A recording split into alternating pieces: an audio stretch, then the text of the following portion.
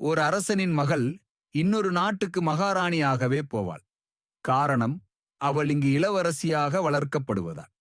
அதுபோல் பெண் குழந்தைகளை சொகுசாகவே வளர்க்கணும். உணவு இறைவனுக்குச் சமம் என்பதால் தரையிலமர்ந்து உண்ணும்போது உணவு நமக்கு கீழே போவதால் டேபிள் சேரில் அமர வையுங்கள். கட்டிலிலே சொகுசாக, அதுவும் காலுக்கும் தலையணை வைத்து தூங்க வையுங்கள். எக்காரணம் கொண்டும் கெட்ட வார்த்தைகளால் திட்டக்கூடாது. ஆடைகளை அவர்கள் விரும்புகிறபடி வாங்கிக் கொடுக்கணும். இல்லாதவர்களுக்கு உணவு வழங்க பழக்கப்படுத்தி விடுங்கள். இவ்வாறு வளரும் பெண்கள் செல்லுமிடத்திலும் செழிப்பாய் வாழ்வார்கள். ஆனால் ஆண்களின் நியதி இதற்கு நேர்மாறாக முதுமையில் வருந்துவார்கள். முதுமையில் கஷ்டங்களை தாங்க முடியாது. எனவே இளமையில் சங்கடங்கள் வரும்போது அதை சிரித்துக்கொண்டே ஏற்றுக்கொள்ளணும். இது விக்கிரமாதித்தனின் ஆண் பிள்ளைகளுக்கான வாழ்வியல் தத்துவம்.